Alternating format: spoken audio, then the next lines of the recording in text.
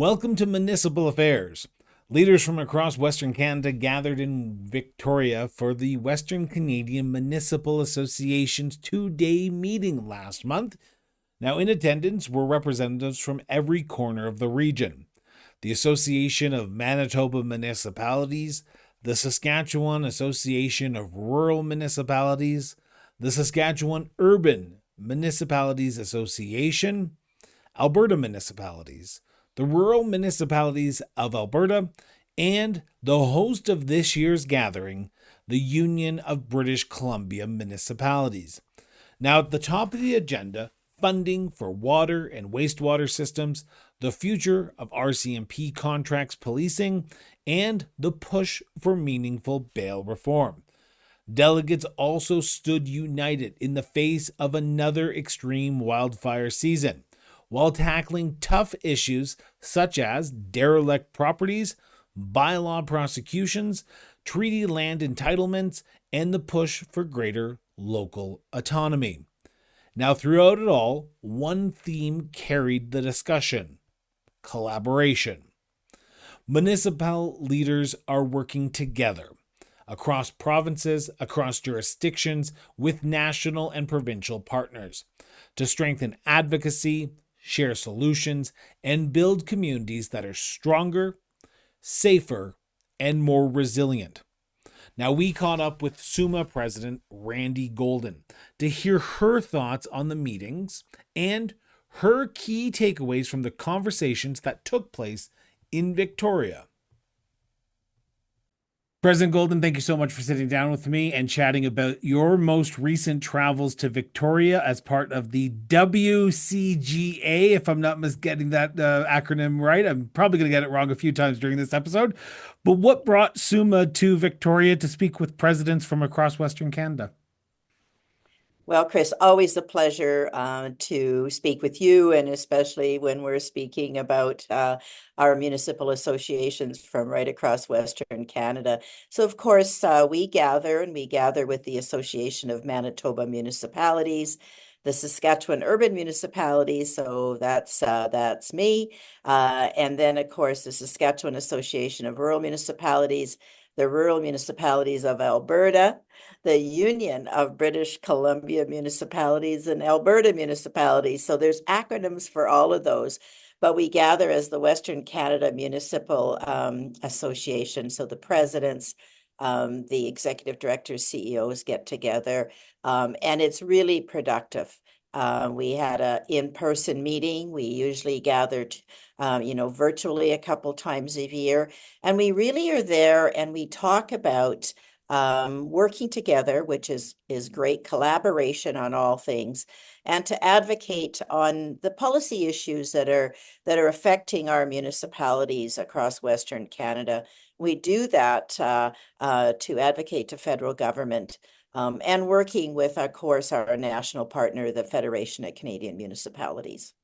So what was the key takeaway from this year's event from a Saskatchewan Urban Municipal Association perspective? What did you take back from that two-day meeting in Victoria?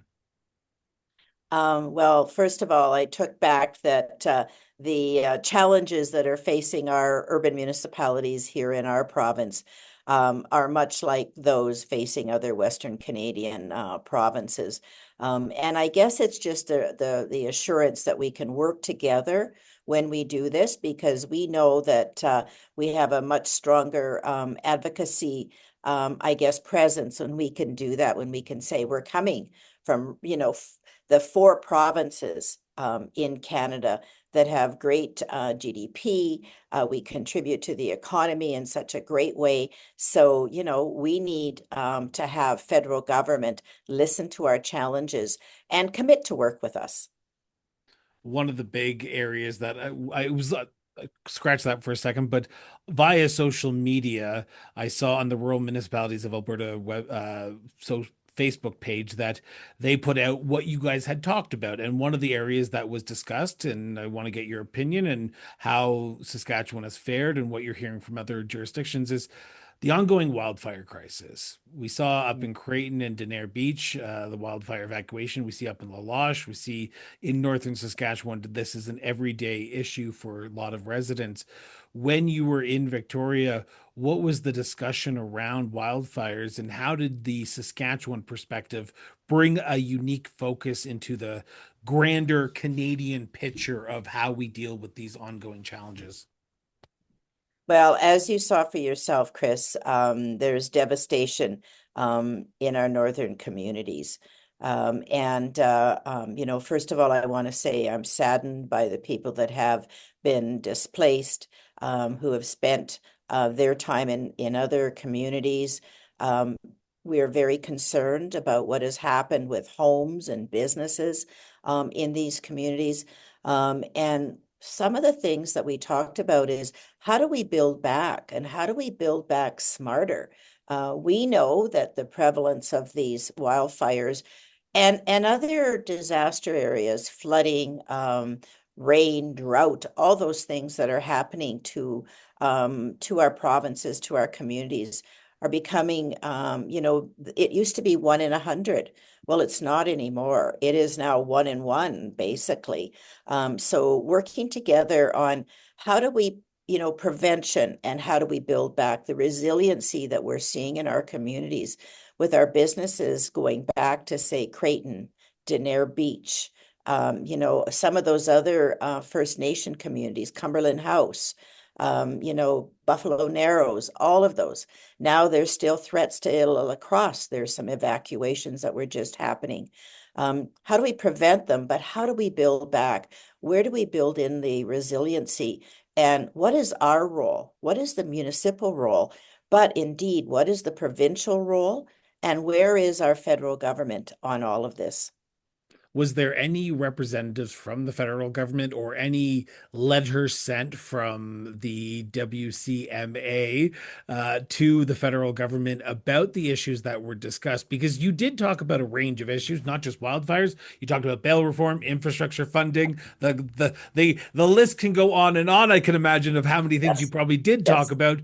But did a letter get sent to somebody at the end of this, or is this just a group of people meeting in Victoria just to shoot the shit? Pardon my French. Yeah. Well, first of all, let me thank the UBCM, because they did an extraordinary day, a couple of days of hosting us, where we got to see other municipalities at work also. But absolutely, our concerns, our challenges will be taken to the federal government. We will be doing letter writing. We will be looking at how do we get appointments when we're going to be doing some advocacy on Parliament Hill. But also, each one of our provincial associations are also taking those things back and continue to work together. We've taken, each association has taken the responsibility for, perhaps the background that has to be researched to go into the letter writing. We're not just coming and writing the letter and saying, well, you need to do something. We're coming and saying, this is what we feel needs to be done. This is the role we think we can fill, but we need to have your support.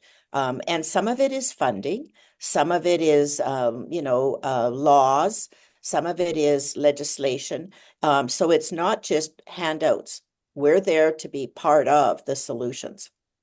One of the areas that is hitting close to home, particularly in Saskatchewan's urban, larger cities, is the issue around bail reform.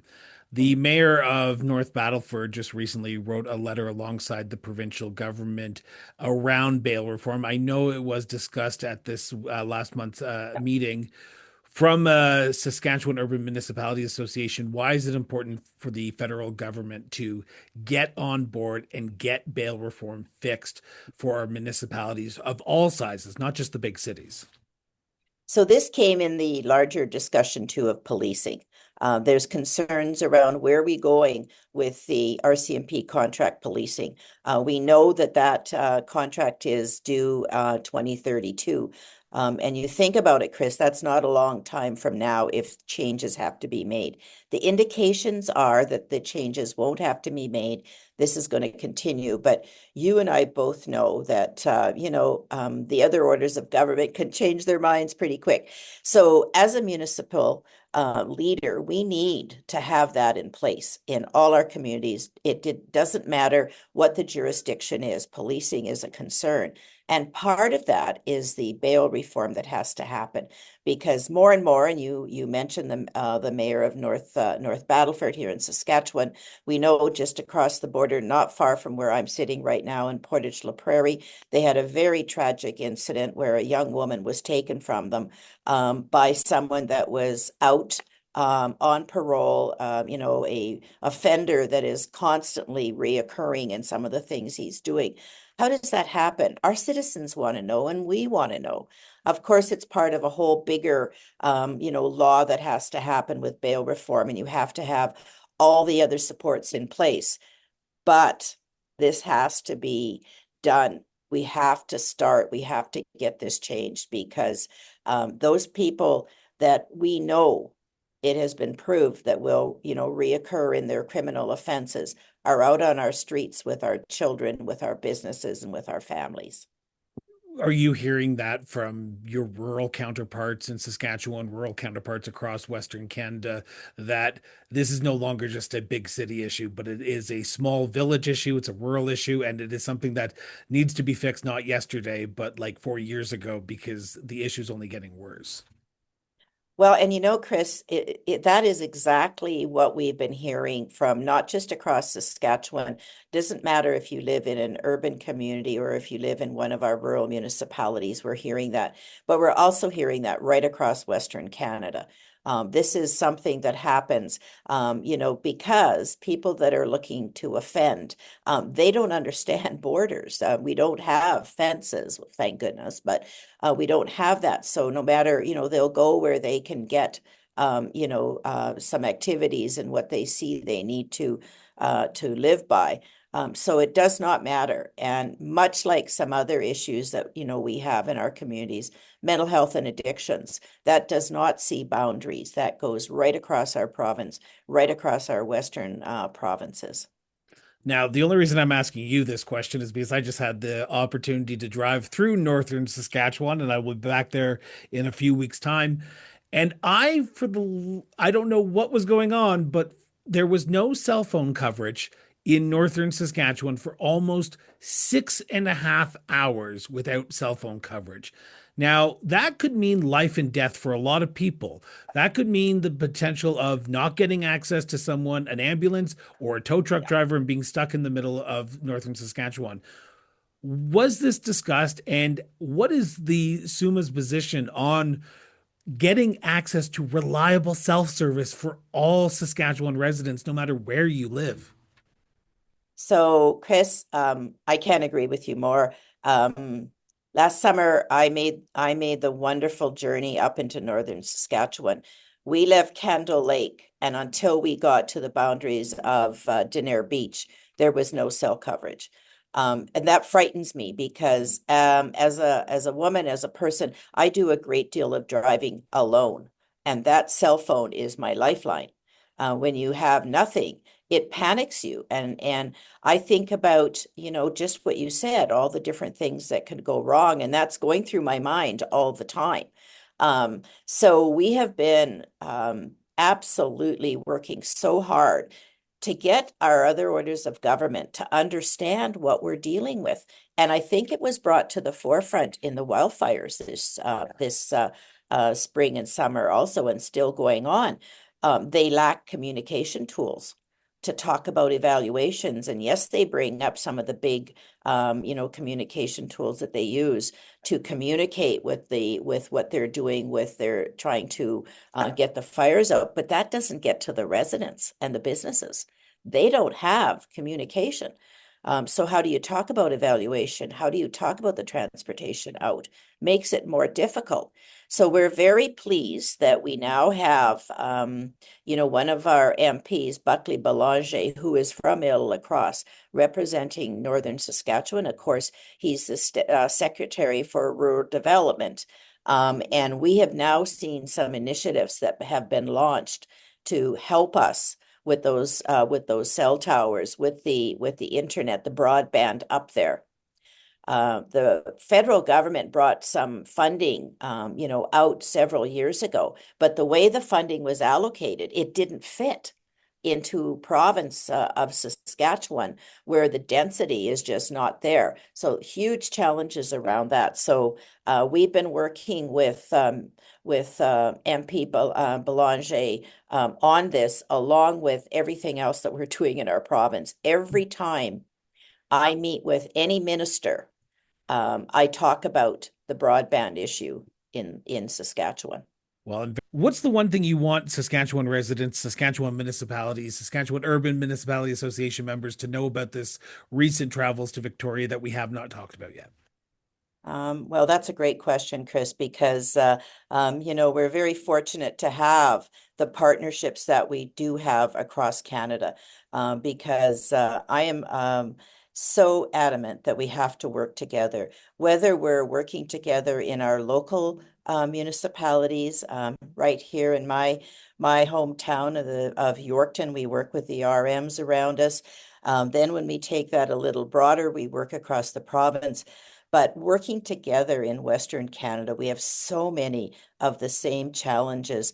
But also, we have things that are going so well in other provinces, and we can talk about. When I was there, we put some things on the agenda around derelict buildings and what are other provinces doing, working with the municipalities about derelict buildings. We wanted to talk about that. That's something that I found is going on right across Western Canada. We all have that. We wanted to know about what are other provinces doing about bylaw prosecution. We know here in Saskatchewan, the provincial courts have been backed up. We can't get our bylaws prosecuted. So, people know they're not going to have to be made to pay the fine, so they don't. So, all of that, keeping our communities safe and tidy and clean. So I would just love our members here in Saskatchewan and our residents to know that SUMA is constantly looking for any type of partnerships that we can get so that we can make our urban communities the best places to live right across the world. President Golden, always a pleasure. Thank you so much for your time. Thank you, Chris. So when will I see you again? We next caught up with Tyler Gandam, president of Alberta Municipalities, to learn his perspective of why it was important to collaborate from an Alberta municipalities perspective with municipal organizations across Western Canada. President Gandam, thank you so much for sitting down with me and talking about your most recent travels to Victoria as part of the WCMA, Western Conference of Western Canadian Western Municipalities Canadian. Association. See, I'm getting that wrong in every single one of my introductions already, so it's going to be a good interview already. So why was Alberta Municipalities in Victoria as part of this organization? So we've got some opportunities now to partner with, work with, advocate with the 4 Western provinces. So we had Manitoba, Saskatchewan, Alberta, and BC. Kara was there from RMA, and then we had both associations from Saskatchewan and, of course, AMM from Manitoba, and our host province, UBCM, and Trish was our chair there. So bringing forward some of the common issues or common concerns that we have. I feel like between the 4 of us, being in Western Canada, we could probably put together some pretty thoughtful resolutions and work for FCM to do. And just maintaining that relationship. It's not an us against them. It's not a competition, right? So it was great to reconnect with the 4 different associations. And what were you bringing to the table? What were the issues that you were advocating from an urban municipalities perspective in the province of Alberta? So we talked about the Canada Building Homes grant and how a one size doesn't fit all. So we've heard that development permits and municipal red tape or bureaucracy is what's holding back development, which really isn't the case. Alberta is the fastest growing province in Canada. And if we're going to look at the barriers to what that development is going to look like, it's our infrastructure. Getting the water and wastewater, getting the utilities to our new growth subdivisions is a priority for us. And so that's something that we brought to the table there, just talking about how we can fit that grant from the federal government into what is going to benefit Western Canada the most, outside of the bigger cities that have their own issues with their growth, like being landlocked or just running out of room. And was there openness to hearing that discussion at the table from Manitoba, Saskatchewan, and British Columbia, or was Alberta the lonely island talking about that?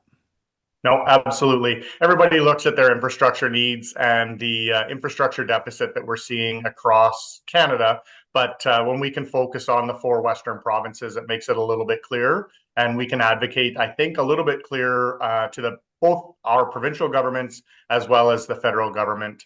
So I think it was a great conversation, recognizing that we're not the only one that are feeling those growth pressures and how we can best advocate for our municipalities.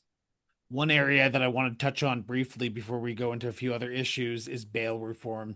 Bail reform seems to be a topic that a lot of municipal leaders, used to be more larger cities, but more and more smaller municipalities are talking about it on a day-to-day basis. In the press release that I saw from one of the organizations, this was talked about at the event in Victoria. From Alberta municipalities' perspective, what would concrete action around bail reform look like from an Alberta municipality's perspective? I think, like everybody else, I'm getting tired of hearing and reading about crimes that are being committed by repeat offenders. Somebody who's out on bail, somebody who has served a short sentence, and then coming back out and committing the same crimes, or sometimes even more dangerous crimes. I think there needs to be a hard look at what we're doing with our justice system.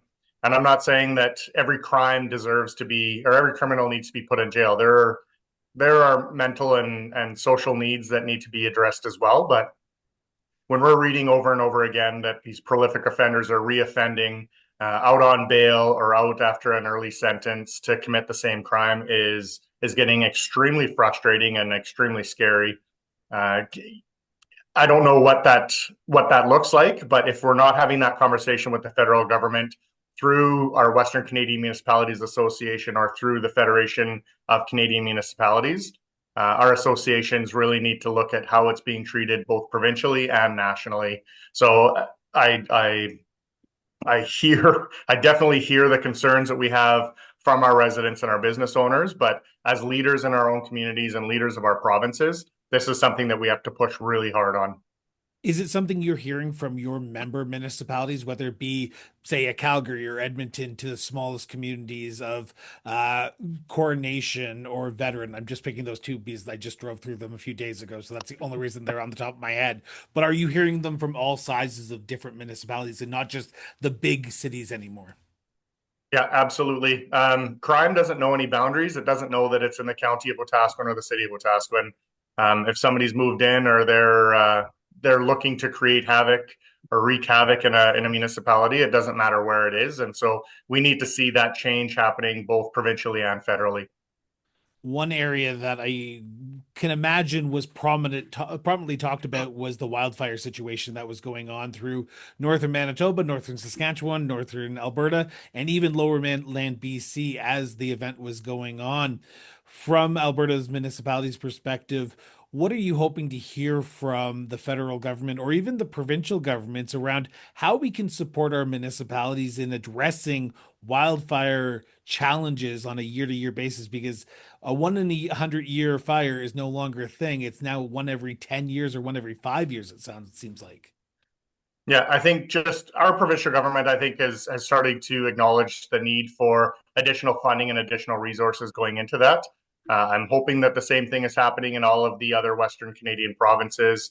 It definitely is a national problem, and whether or not you are facing the fires in your communities, you're probably affected by them through evacuations coming to your community or through just living through the smoke of trying to get through summer without having a smoky day seems pretty few and far between now. I got home on Monday and woke up Tuesday morning to a pretty thick cloud of smoke coming from one of our northern fires. So whether it affects you directly or indirectly, I think it's something that we need to be looking at how we're going to start preventing those things, creating fire breaks between municipalities and the surrounding forests and wooded areas around them, to how we can start cleaning up our forests and making sure that if there is a fire, it's got a less likely chance of it becoming an out of control wildfire. Events like this where you gather groups of presidents from different organizations, the one thing that you always look for is the best practices. What can we bring back to our own municipalities? Of the three topics that we talked about infrastructure funding, about bail reform, and about wildfires, was there anything that you looked at as president of Alberta Municipalities, say, you know what, we might want to look into that here in Alberta? Because there might be some who listen to this or watch this that say, oh, it's just a bunch of politicians getting together and going out for a night on the town. What is the thing that you take away and bring back to Alberta to say, okay, we did this, we spoke, now we have to actually put into practice, because we just don't want to be accused of doing something just for the sake of flying around and doing something? Yeah, absolutely. I think best practices are what you've got going on there and how you can kind of tailor it to your municipality or to your province. Knowing that we're not the only ones dealing with the wildfires, knowing that we're not the only ones that struggle with bail reform and the lack of structure behind that, and how we can best advocate on each other's behalf. But when you've got 4 provinces signing on to whether it's a resolution or advocacy with the provincial or federal governments, I think it speaks a whole lot louder than just the city of Wetaskiwin of 13,000 people sending a letter off can be ignored or it can be brushed aside. But when you've got the entire province between RMA and Alberta municipalities, or you've got the 4 Western Canadian provinces advocating for something and speaking loudly on this and getting our members involved in that advocacy, I think makes a huge difference. And it gives us the opportunity to carry that message forward when we're at FCM, which is going to be in Edmonton next year, where we can share what we're going through, likely dealing with something similar that the East Coast is dealing with, and how we can best advocate for each other's needs. I think just unified voice is what we're going to do to get that advocacy point across. And if I'm not mistaken, FCM is actually going to be making a pit stop in Cochrane over the next few days as well. So you got a chance to speak at the national stage there as well, if I'm not mistaken, correct? Yeah, absolutely. So them coming to Alberta is showing their commitment to being more inclusive and more hearing and understanding the needs of Albertans, because we've heard that for years now, that some of our Albertan municipalities aren't seeing the benefit of what FCM can do or bring to them. And so I think there's been a real concentrated effort by FCM, by the president, Rebecca Bly, and the rest of their administrative staff, putting forward an effort to be in Alberta as much as they possibly can. Rebecca and crew were out here for the Calgary Stampede, meeting with municipalities, and then bringing back their executive board back to Cochrane here to meet again. So I know they'll likely have the opportunity to meet with Cochrane, probably their mayor and their administrative staff, but anybody else who's in the area, I know that they would love to reach out and talk to you. So my final question before I let you go, because I know you're a busy guy and you got a campaign to run, but you also have a city to run as well. What haven't we talked about what you heard, what you advocated for in Victoria, that you want to make sure the people of Alberta, the people of Alberta municipalities knows that you did while in Victoria? Yeah, so one of the other things that we brought forward from the Alberta municipalities was just the social programming that the federal government introduces. It's usually in place. There's funding in place for 3 to 5 years, and then that programming or that grant tends to go away, and the province and the municipality is left to either deal with the level of service change, which means there's no more funding, or pick up that funding slack and make sure that we can continue on with that. So one of the requests, and will likely be a resolution coming forward, is just making sure that if we're going to introduce a social program or a grant opportunity, that it becomes permanent and not just something that's around for a few years and then that funding dries up or it goes away and then we're left to deal with the fallout after that. Can I ask a simple follow-up question on that? I know I said that was my last question, but you know me and Tyler. I think you and I we've come to the realization that Chris never has one last question. It's always 3 or 4. But what would that mean for municipalities if you had that funding that was traditionally one-off? Here's a 3-year funding and that's all you get. To have it more stable, what would that mean for municipalities in the long run? I think we see a change in how our social issues are being addressed. Right now, it seems like we're able to address a social issue one at a time or for short periods of time. And I think if we had some long-term sustainable funding that we could count on, we could develop these programs. And the social programming that we would have here in Wetaskiwin is going to be different than what Thompson, Manitoba might be facing or dealing with. But at the same time, that funding is still available to that municipality, and we're dealing with those social needs. Right now, we're seeing social issues with mental health and addictions that are unprecedented. And so I think that if we're not addressing it head on with long-term sustainable funding, we're just going to continue into that cycle of support and then not. And then we're wondering how we're going to face it or fund it in the coming years when that funding either dries up or that program ends. President Gandam, always a pleasure to sit down with you. Thank you so much. And I want to just give you one more little bit here, as we talked about the RCMP contract ending in 2032 and what that's going to look like for municipalities. And so we're taking a head-on approach with that too, where we want to address and talk to the federal government and find out what their plan is past 2032. Are we going to continue to have contract leasing with the RCMP with a new contract, or are we going to have to start looking at municipal or provincial policing, and what does that look like? And I know that 2032 seems like a long way away, but 7 years isn't very much time to put together a policing program, a policing service, and find the funding for that as well.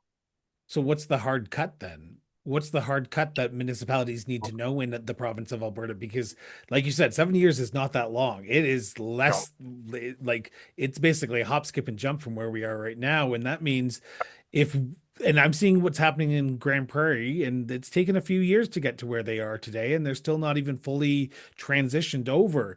What is the deadline that you want to put on the federal government to say we need to know by X date? Or do you have a hard red line? Today, so we're airing on September 4th. I'd say the hard date is September 3rd. Like, this is something we need to know. We need to know immediately so that we can start taking steps, because it's not going to be an easy transition. There's going to be logistics. It's going to be political for sure. If you look at what happened in Surrey in the Lower Mainland, it's going to be hard. And then you look at some of the provinces that maybe aren't to a point where they can financially operate a provincial police service, or logistically don't have the operations to have a provincial police service. So we need to know immediately, and then we need to know what supports we're going to have through that federal government. Because right now the funding split for any of the RCMP contracts is either a 70-30, so 70% to the municipality under 15,000, or 90-10 if you're over 15,000. So there is some subsidy through the federal government. And what's that going to look like post 2032? If we continue on with contract policing with the RCMP, are we still going to have that funding available? Because a 30% increase to my city and their policing is huge. And so we're going to need some time to be ready for that and to prepare our taxpayers for that increase.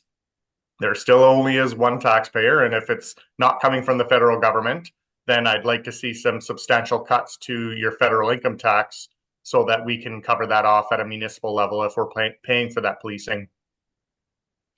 Tyler, always a pleasure. Thanks so much, Chris. We also chatted with Cara Westerland, president of the Rural Municipalities of Alberta, to hear her perspective of why it was important for that rural perspective to be at the table in Victoria, and what issues she was advocating for on behalf of rural municipalities across the province of Alberta. President Westerland, thank you so much for sitting down with me and talking about your most recent travels to Victoria as part of the WCMA Association, which is the Western Canadian Municipal Association, where presidents from across Western Canada got together in Victoria to discuss common issues. What was the message that you were bringing from a rural perspective in Alberta to the table in Victoria? Well, it was a broad topic of conversation across the four provinces. So we came with the issues that we're facing here in Alberta. Local autonomy was a huge point of discussion, and throughout the conversations that we had over the day and a half that we were there, what I took away was, sometimes we feel, not sometimes, we do quite often, we feel like we're alone in some of our own struggles with what we're going on in our rural municipalities. But what came to light was that a lot of the issues that we're facing in rural Alberta are being faced right across Manitoba, Saskatchewan, Alberta, and into BC too as well. What do you mean by local autonomy? Because that could mean many different things to many different provinces. From a rural Alberta perspective, what does local autonomy mean? Obviously, with the changes that the provincial government are making and in the process of making, really step on the toes of what elected officials do in their day-to-day operations within their municipality. So obviously, the recent changes to the bills that were coming forward, the talk and the changes to about having the province having the power to recall bylaws and overturn decisions made by local municipalities. And the other piece is obviously the recall legislation too is been quite concerning, and that's what we were discussing about. So what was interesting to note, there was while the other provinces were all very well aware of what was happening in Alberta, some of the same or similar issues are popping up in their provinces too. So Saskatchewan in particular, we had quite a conversation about what their provincial government is looking at and have implemented too at the same time. The other piece maybe we could talk about too is there was a lot of conversation around obviously the tariffs and the Canada-US relationship. Obviously, that's affecting all four provinces, well, in our country, to be quite frank about that, and what it means on our local landscapes, and right down to the stories that we're hearing from farmers and cattle producers trying to move their product to and fro across the border, obviously. So there was a lot of conversation about what we can do as local elected officials and how we can talk with our counterparts, whether it's just across the border, because we do have great relationships with the municipalities and the counties that touch our international borders as well. So there was a lot of conversation around that, and obviously we were very happy and pleased to share. As you know, Chris, RMA owns a procurement company and an insurance company that we took national several years ago. So we were able to share not only from that, the local advocacy perspective, but we also were able to share with our friends to the east and west about what we can do, even on the procurement side, and how we can save the municipalities money, and how we're working with companies within Canada to make sure that we can get their products highlighted if they're made in Canada, and avoid tariffs too that way as well. So it was a very unique conversation. One of the areas I want to touch on with you, because you just mentioned it there, is about the resource industry within rural Alberta. That is the oil and gas, that is hydrogen, that is our lumber industry, that is our canola industry. Now, I've read the press release that was put out by one of the sister organizations of RMA, and it didn't really touch on the resource sector that much. Did you have a chance to specifically talk about the issues around pipelines, around getting our oil to market at that table? Because we don't want to hear from politicians saying, oh, we just went to Victoria and we just came back with basically going out on the night of the town. We want some concrete action. Did you actually get a chance to stand up and say, we need our resources to market as a municipal leader in the province of Alberta? I would love to see a pipeline to Churchill, to the West Coast, to somewhere to get our resources to market. And we need to start here at the municipal level. Absolutely. We were pushing very hard on the oil and gas side of the industry too as well. And, I'm going to just really quickly touch, we also talked about the forestry industry too, because that's actually affecting forestry industry actually in Alberta, BC, obviously too as well. So there was some common ground, so we can probably piece that off. But oil and gas specifically, absolutely. We did talk about the need for pipelines and having BC in the room, it's always the opportunity to talk about port access, because it's great to get a pipe in the ground, but you and I both know we need the ports opened up, and we need capacity and the ability to ship that product out. Obviously, not just south of the border. We need to get it out to Europe and to Asia and those countries too as well. So there was discussion around how we can work and help advocate to the ports too as well, to make sure that once we get the line in the ground, that we've got a port that will take it and to get it out too as well. So on a side note too, we're pleased. We're hearing as early as tomorrow there may be some announcements coming from the federal government on some of the easing up on some of of the restrictions under the Trudeau regime to the Carney era that we're in now. So there is some rumors bubbling that we are expecting to see some softening on some of the rules and the regulations that will be a benefit to industry. So we did briefly talk about that. We didn't have much detail other than we are hearing word on Parliament that there's some changes coming along, and that the municipalities need to be ready for those, so that we can get this work underway. Because you and I both know, honestly, talking about getting a pipeline in the ground, it is just talk. Talk is cheap. I do come from an oil and gas background. Actually had a small pipelining and oil field construction company for a number of years. We also can't put that pipe in the ground overnight either. We're talking that this is going to be a 3-5 year process, depending on the regulatory where the regulatory structure sits, and the changes that are coming. I'm sure will help. But you and I both know we're talking years here, and there's so many pieces of the puzzle that need to be lined up perfectly in order to move this along. So absolutely. And I agree with you. Talk is cheap when you're sitting around a table for a day and a half. What I was really pleased about meeting with our counterparts is the urgency in everyone's voice is enough. Well, it feels like all we do is talk sometimes, and we're ready for action. And this group is for sure backing each other and ready to move forward. One of the big areas that did get talked about, and I want to get your opinion on, is the issue around bail reform. Bail reform seems to be a topic that more and more municipalities are talking about. 10 years ago, 5 years ago, it was a big city issue, but now it's becoming a rural issue. It's becoming a smaller community issue. When you were there, from a rural perspective, what were you hoping to hear from other municipal presidents to get you a sense that they're taking it as seriously as RMA is taking it? Yeah, and that was exactly the conversation that we had sitting around the table. You know what? I think everybody is finally fed up. It feels like Alberta was fed up long ago, but the other provinces are on side to making changes. I always call it the Hug a Thug program. I know I raised a few eyebrows. I'm pretty frank in my conversation. I raised some eyebrows around the table when I referred to it that way. But let's have a frank conversation about it, because that's what's happening. The Hug a Thug program does not work, and we need to have some real solutions to the issue. So the bail reform that's coming, again, waiting on exactly how that's going to play out and what it's going to look like. Part of the conversation that we had, and I raised this issue, and it's a difficult conversation, Chris, and I have no problem continuing the conversation further, but you got to look at the population increase in our provinces and in our countries. When was the last time anybody built a jail?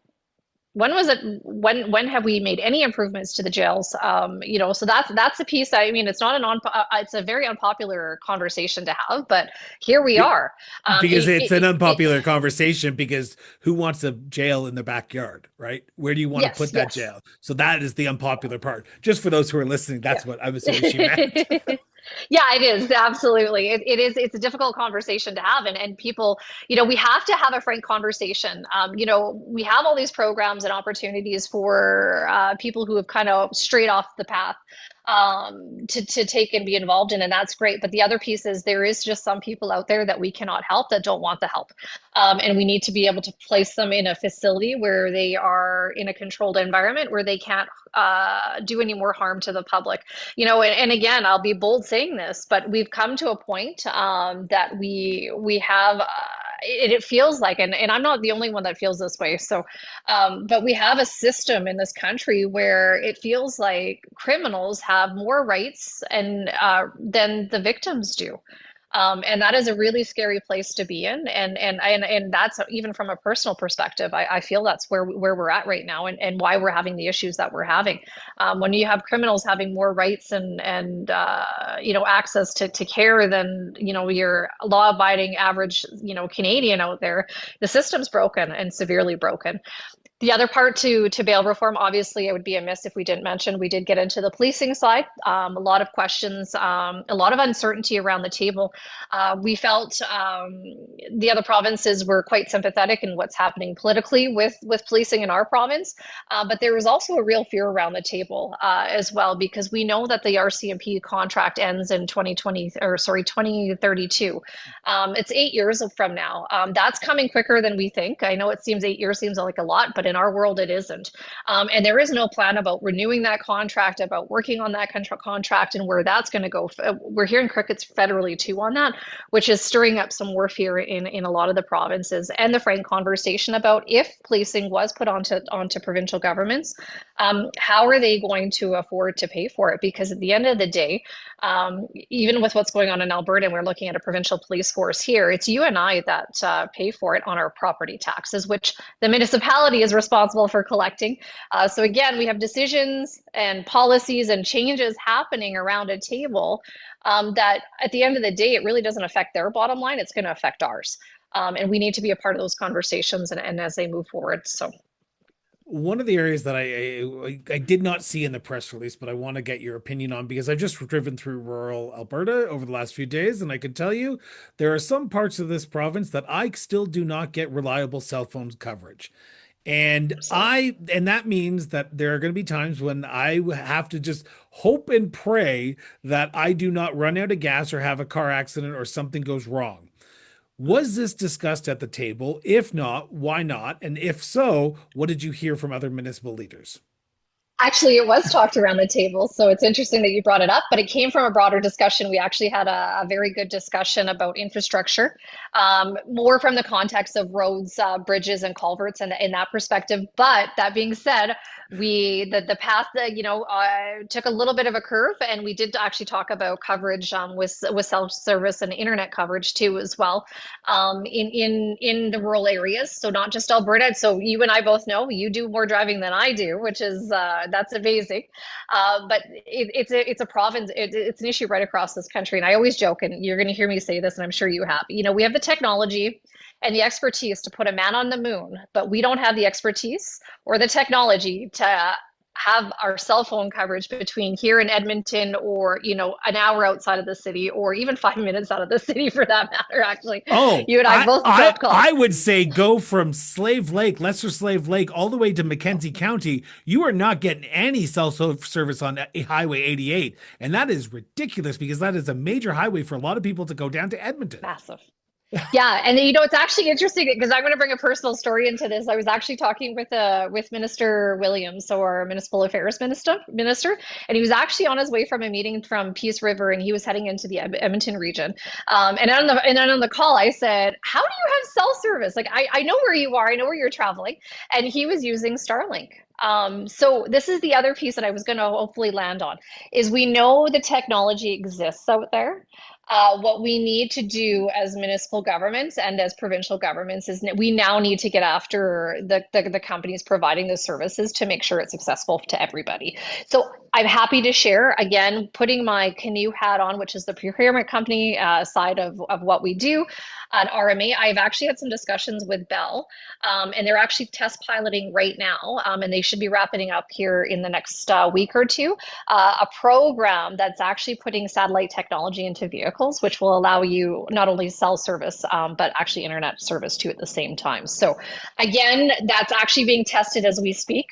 So I'm really, really excited to see where that lands. I should probably be careful mentioning specific companies, but I know if Bell's working on it, the rest of them should be working on it, and I'm sure they're well aware of it. Of course, what I was concerned about is it's great, but the affordability piece to it too, and making sure that everybody has access to, because at the end of the day, it's not about being able to make that phone call or send that text to say, hey, what's going, check in on your family or whatever. It's actually, to me, it's more important than that. It's your safety, and exactly what you brought up. When you're coming down from Mackenzie County and you're in between an MD of opportunity, you're in a car crash, God forbid you hit a moose, you come across an accident scene, you need to be able to have communication with emergency and first responders to get help as soon as you can, because you and I both know first responders are hours away too as well. So every second counts when we're dealing with that. So there is some movement coming on that, a little bit of excitement. So I know I've kind of veered off from the conversation at WCMA on that, but at the same time, I think some useful information to share out with your viewers and your listeners too. I won't mention the fact that you mentioned a competitor's company on a competitor's TV show, so let's just leave that there. But I want to turn to my final question before I let you go, because I know you're busy in your middle of meetings. What haven't we talked about what you accomplished, what you heard at the WCMAs in Victoria that you want to make sure the people of Alberta, the people of rural Alberta know, and the members of RMA know about why it was important for yourself, alongside VP John Burrows, to be in Victoria at this conference with the presidents across Western Canada? Well, at the end of the day, Chris, working in silos isn't going to work. We know that. We need to be able to get together, sit down at a table face to face, and talk with our counterparts from Manitoba, Saskatchewan, and BC. The bigger piece and kind of encompassing the whole conversation is what I realized is we weren't alone in a lot of the fights that we're having, but we've been acting alone in those fights. And I think anytime that you can bring a friend along, or join elbows and link in, there's more power in the numbers that you bring to the table. We have incredible expertise, incredible passionate community-minded people in Manitoba, Saskatchewan, Alberta, and BC. And working together, we are going to be a force to be reckoned with, and changes will happen, and they're going to come because of having the opportunities to sit down and push. And it's funny saying this, because people, your viewers are probably going to question Alberta and BC like getting along and hanging out. Absolutely. When it comes to municipal issues and you peel off the political stripes and all of that garbage that comes along with it, and you just talk about doing good things for your community and trying to build stronger communities, we absolutely are linked at the hip with our friends to the east and to the west on those topics.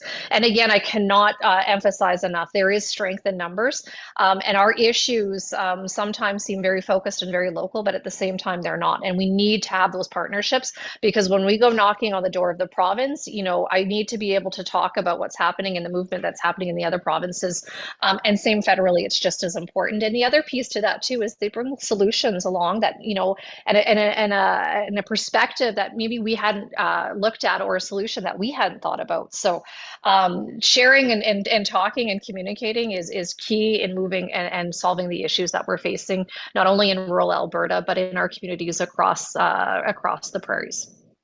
President, always a pleasure to sit down with you. Thank you so much for doing this. Well, thank you, and thank you to your listeners and your viewers.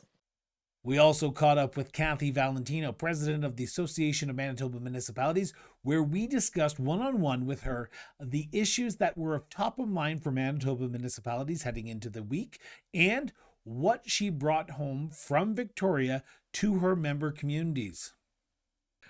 President Valentino, thank you so much for sitting down with me and talking about your most recent travels to Victoria, British Columbia, where you sat down with presidents from municipal organizations in Manitoba, yourself, Saskatchewan, Alberta, and British Columbia, as part of the WCMA Association, the Western Canadian Municipal Association. Why was it important for Manitoba's voice to be at the table in Victoria? So important for Manitoba to be there because we are a part of Western Canada. And I think that this Western Canadian Municipal Association, or Western Canadian, I guess, is just another level of advocacy where we can get our voices heard and see what we can do to help advocate for our voice. So Manitoba's voice is definitely important, and that's why it was so good for us to be at the table. And what were the issues that you were hoping to bring forward, or did you bring forward at the table in Victoria, that were very prominent in Manitoba's municipal landscape right now? Interesting enough, with the Western Canada around the table, a lot of our priorities and agenda items were the same, and the issues are the same in different degrees with different regulations per province. So as each province, you can put stuff on the agenda. So for our two top issues for Manitoba, which we are not going to stop talking about, is bail reform, repeat offenders in our communities, the future of RCMP police contracting, and our other issue was water and wastewater infrastructure funding that we need the federal government to have a plan for. It's an area that I've been talking to many of the municipal presidents today about, and that is around bail reform. More and more municipal leaders across the Western Canada are talking about this on a regular basis. What would true bail reform mean for municipalities across the province of Manitoba? For us, there has to be some kind of change to the criminal code where these repeat offenders don't get caught and are back out on the streets right away, because it's just a revolving door. So that part of the criminal code they need to look at and strengthen, because these repeat offenders is what's, causing a lot of crime of all degrees in our municipalities, and it has to stop. There's going to be a press release today in Manitoba that's absolutely heartbreaking, but it's also so maddening. Like, this has to stop. We cannot let these, they're criminals. Why are they getting back out right away? There has to be some kind of a plan moving forward. And the federal government is the one that owns the Criminal Code of Canada, and they have to make the change there for bail reform. Are you optimistic around the conversations that Minister of Justice Sean Fraser has already indicated? I know talk is cheap in municipal world, but there is some discussions that this will be on the table when the Parliament resumes later this fall. So are you optimistic that we could see actual bail reform changes to the criminal code? I think the longer we're involved in municipal politics, I don't know if you're ever optimistic, but I think we can be cautiously optimistic is a better way to say it. So cautiously optimistic, yes, because I do know that they're hearing about this firsthand. And I know Mayor Gillingham from the city of Winnipeg, Mayor Knox from the city of Portage, Mayor Fawcett from the city of Brandon, myself, and with Minister Justice Wiebe, our provincial justice minister, we have been really on their case federally. I guess that's not a very nice way to say it, and we have invited Minister Fraser to come to Manitoba. Manitoba, with what we have for municipalities, we are really the crime capital of Canada when you look at the crime severity index with many of our municipalities. And that deserves some kind of a recognition from the Minister Fraser to be able to identify that for Manitoba. And there has been a formal ask to him to come to Manitoba, to meet with some of our municipalities that are the highest crime, and to listen to what some of our solutions and what some of the proactive work we are doing at a downloaded cost to municipalities. So that ask is there. So Minister Fraser is well aware of this issue. As an association for Western Canada, it was a common theme. Everybody is wanting this to happen, there to be a change. They're all feeling it in their municipalities to some degree of repeat offenders. And so we have heard, or we're, like I said, we're cautiously optimistic that they will make some kind of an announcement once Parliament resumes that they are making some kind of a change or looking at, or whatever that may be. But if they don't, they're definitely going to have a lot of pushback, because it's a topic that we aren't stopping on. There has to be a change. It's not working. People are not safe in their municipalities across Canada, and that's just wrong when we talk about being Canadians. Well, the conversation's often talked about from the larger urban municipalities, and you just mentioned Winnipeg, Portage la Prairie, and Brandon, which, understandable, have crime issues. But in the last 5 years, we have started to see more smaller urban municipalities start going through some of these challenges around bail reform and around crime as well. When you were at the WCMA, I'm going to get that acronym right at least once during this hour-long conversation I'm doing. But when you were there, were you hearing from different presidents across Western Canada that bail reform is not just needed in the bigger cities, but it's also needed in the smaller communities as well, because crime doesn't know boundaries. It will go into the small communities as well as the large municipalities. Absolutely, 100%. Rural crime is on the rise. Like, the stats are phenomenal. So rural crime doesn't have the RCMP presence that it used to have. So the repeat offenders, the crime going on in rural Canada is real, and it's not decreasing, it's going up. I'll take Eastern Manitoba, and I really would invite you to actually have an interview with Beausejour and Lac de Bonnie. They've really escalated in the media this last week, rural crime in Eastern Manitoba. And it is unbelievable, the stories and the crime that is going on, and that them as Reeves and mayors are actually physically helping to stop some of this rural crime within their communities. So we talk about it in big cities, absolutely. And that's happening. I know a lot of it is even with like the carjackings and car crime and that kind of black market, and that's big cities also. But the rural crime, rural Canada crime is on the rise. Federal Minister Fraser, the federal government needs to acknowledge that, and they need to do something about it. And the way to stop these repeat offenders, which are the ones that seem to be stemming the rural crime rise, has to be a change in bail reform in the Criminal Code of Canada. I'd agree wholeheartedly on that. I want to turn to another topic that I know was discussed at this year's WCM event, and that is the ongoing wildfire situation. Now, I just had the pleasure, and I say pleasure as in seeing what happened on the ground in Flin Flon, speaking to the deputy mayor up there, speaking to the president of the Chamber of Commerce in Flin Flon. When you were in Victoria, with everything going on in northern Saskatchewan, northern Alberta, and in lower mainland BC, did you hear the challenges that municipalities are facing front and center when it comes to the ongoing wildfire situations? Absolutely. So, and I appreciate that. Where I live in Thompson in northern Manitoba, it was something as a municipal leader, we've learned a lot on how this works and what your roles and responsibilities are and communication to your public. And I never thought that, I'd be in some of those meetings with how it was so scary and decision making. So appreciate you bringing this up. We did acknowledge it as a group from the West. And one thing that we talked about was how each province has kind of different ways or different legislation on how they deal with it. And the Flin Flon Creighton Denair Beach Fire is a huge example for Western Canada, for Canada as a whole, when we look at what we've learned from this and a wildfire strategy going forward, which I know Minister Chartrand is looking to develop with what we've learned.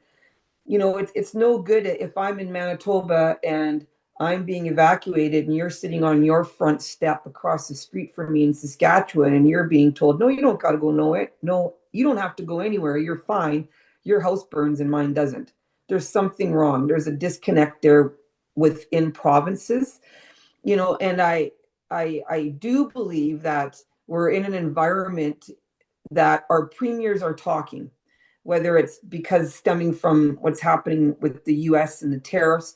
But I encourage that our premiers will look at state of emergencies, flooding, wildfire, and how the provinces can coordinate especially our borderline towns, but how we are working so we have a united front for municipalities through crisis. And I say whether, forest fires, drought, flooding, like all climate resilience. It's something that we have to build a strategy for across Canada, and our premiers have to look at what their kind of regulations are for response and plans, emergency measures act, and then build a strategy. But they have to really, really start communicating to make this work.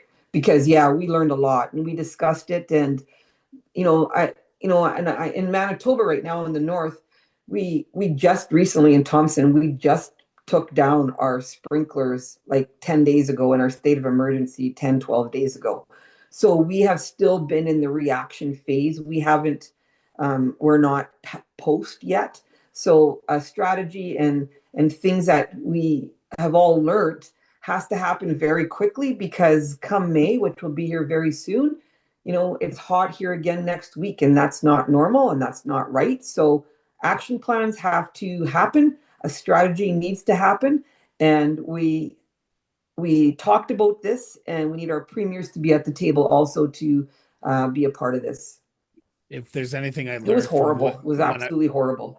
If there's anything I learned from when I was up in Flin Flon speaking to Deputy Mayor Allison Dallas Funk, the aftermath isn't going to be just 10 days. It's not even going to be a month. It's a few months and possibly a few years until you're back into normal. And we do talk about the challenges that Flin Flon faced with dealing with two sides of the border with Saskatchewan and Manitoba in that episode. So check that out if you're listening to this.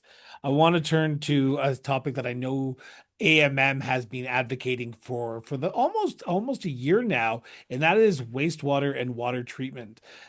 What did you hear in Victoria that gave you hope that other municipalities outside of the province of Manitoba are dealing with the same issue that you are? And when I say same issue, I mean the funding of wastewater and sewer treatment facilities, because they come at a pretty penny these days. Yeah, they do for sure. Yeah, we talked about it. It's a common concern across the Western Canada associations. The federal government, they have the Build 500,000 Homes, Build Canada. We want to be a part of that, but we can't build homes. We can't build our economy in our municipalities if we don't have a funding stream in place for water and wastewater. There has to be a funding model because it goes hand in hand. So we want the federal government to have a dedicated funding program to ensure that municipalities can respond to these priorities and fuel economic development, because we can't if we don't have water and wastewater. So whatever that federal funding model for infrastructure to build these 500,000 homes that they have a mandate that they want to do, it needs to include an opportunity to fund water and wastewater projects so that the homes can get built, so the economy can grow, so we can get people into homes and off our streets and keep our streets safe. Like, it all goes hand in hand, and it stems from having a proper funding model for water and wastewater. It's the only way we'll be able to grow Canada and our economies.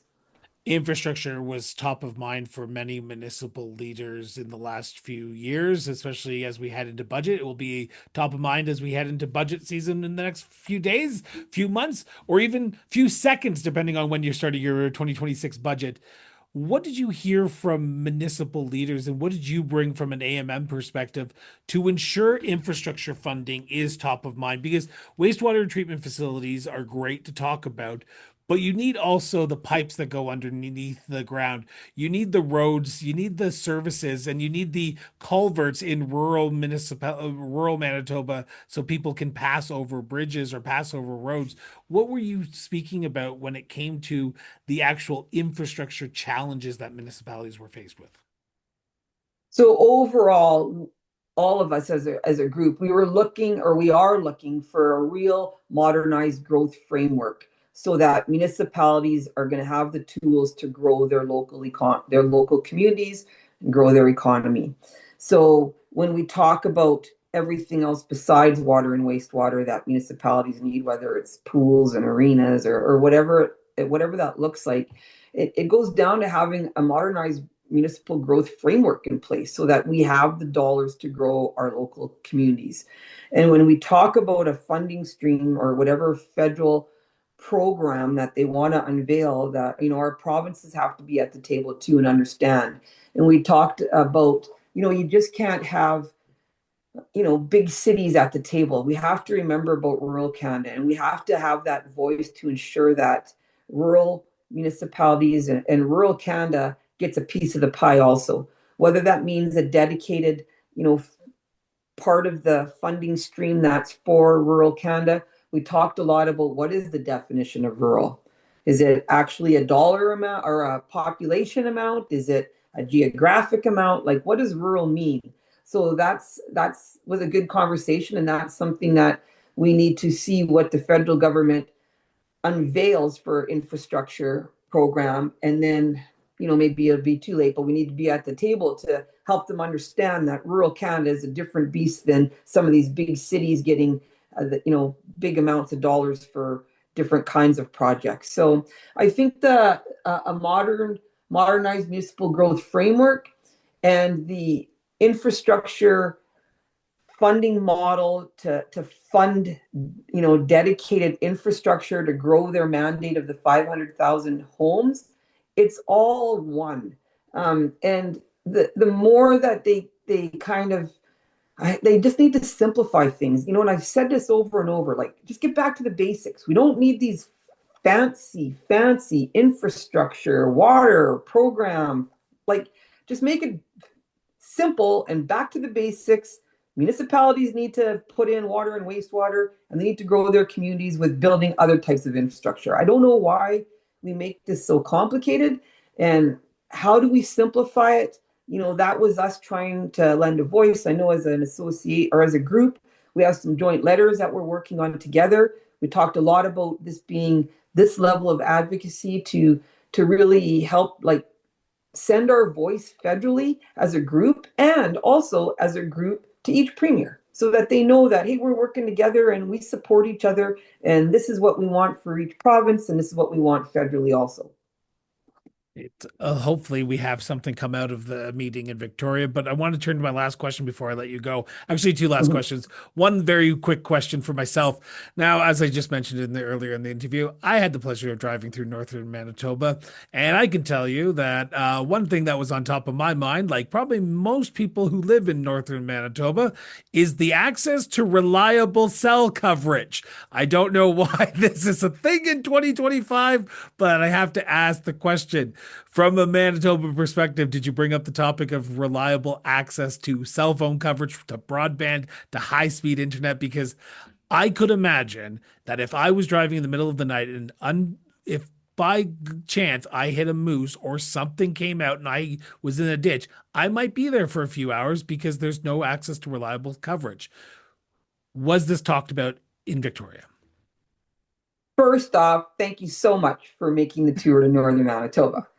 We love hearing people come up here, and that's the world that I live in up here in the north. And cell phone service and lack of connectivity is a real issue, and it's a real issue across Manitoba also. In some of rural Manitoba, it's absolutely horrendous. It's something that we advocate for, and the CRTC really is the one that has a funding pool for provinces to look at their connectivity. And it's interesting, if you live in an area where you may have no cell phone service and connectivity, if you go to the CRTC map, their map might say that you do. So that's always the first level of advocacy. Check that map, because if you really don't, that's the first level of saying, hey, your map's wrong, we don't have any. So across Canada, rural Canada, absolutely it is an issue. And more is it so important that this connectivity issue get to the forefront when we deal about wildfires and emergency response and public safety, because it's a real thing. If you can't be able to connect with somebody and it's wildfire season that we've just heard, and we've heard stories about it. So the federal government needs to make an investment to have our provinces be able to fix the connectivity issue that is real in rural Canada. And it's so important right now when we go post-wildfire emergency, and it's got to be part of the wildfire strategy moving forward, that there is a designated federal response for connectivity, because it's lacking across our provinces and across rural Canada. Well, I appreciate your answer and your candor there, because it is a topic that I will be talking about a lot more over the next few months, because I found that ridiculous, but that's just me. I want to turn to my last question, because I know you're busy and I know you need to get to your next meeting or your next appointment. And that is, what haven't we talked about that you want to make sure the people of Manitoba, the members of the AMM, know why it was important for yourself, alongside VP Scott Phillips, to be in Victoria at the WCMA Association to advocate on behalf of Manitoba municipalities? Well, what we haven't talked about is, we had a whole full 2 days of an agenda, and I have to thank BC for hosting, and we are committed to meeting more often to ensure that our voices are going to take a little bit of a stronger role advocating. So that's important to note. The one thing, though, I will say that we didn't talk about, that Manitoba brought up, and this was a common thing, we want an answer from the federal government on the future of RCMP and the contract that will be expiring in 2032. We want a definite answer. Are the federal government going to pursue continuing RCMP policing in Canada, or are they not? We all know the white paper that was dropped from the outgoing prime minister. So it's something that we as an association are asking for a clear-cut answer on. Is it a yes or is it a no? Because it will change public safety and policing for Canada. So that is one thing we did not talk about that I want to make sure that people can know that Manitoba. Can I play in that sandbox for 2 minutes if you don't mind? Absolutely. What would that mean if the RCMP picked up it in 2032 and said, okay, the federal government's no longer going to fund us. The RCMP and the provinces and the municipalities have to go it alone. What would that mean to municipalities? Well, I don't know because we don't know. So that's why we need some direction on what's the future of this.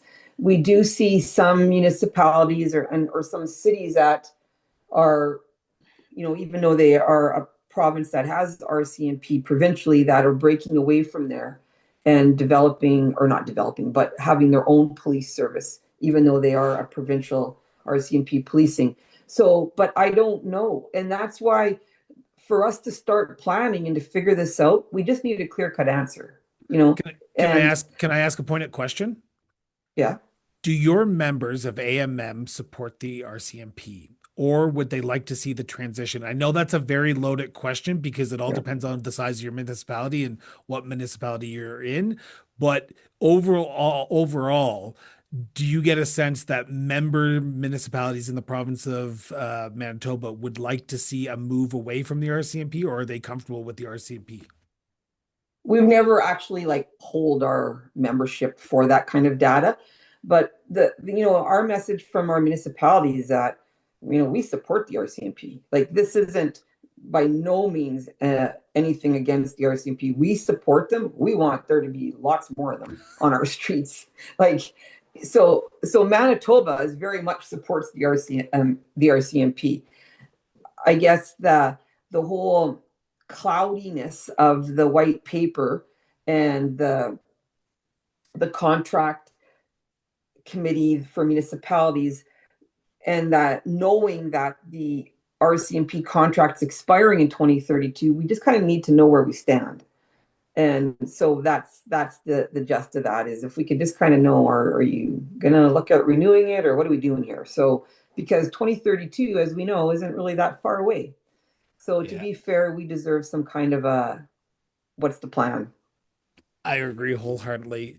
President Valentino, it is always a pleasure to sit down with you and chat. I look forward to seeing you this November in Winnipeg for the Association of Manitoba Municipalities Convention. I hopefully will be able to attend this year again, like I did last year. So it was a pleasure. And if we see each other on the road, let's stop and say hi and grab a coffee.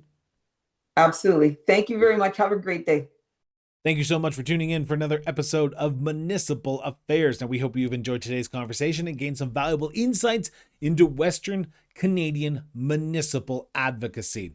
Now, we hope you have enjoyed today's episode, and if you have, please be sure to subscribe to the show on your favorite podcast platforms, or if you're watching this on YouTube, hit that subscribe and follow button now. You never want to miss an upcoming episode. Now, your support means the world to us. So if you can, share this episode with your friends, your family, and yes, even your community, and help keep the conversation going. Until next time, stay informed, stay engaged, and we will be back with a brand new episode of Municipal Affairs shortly.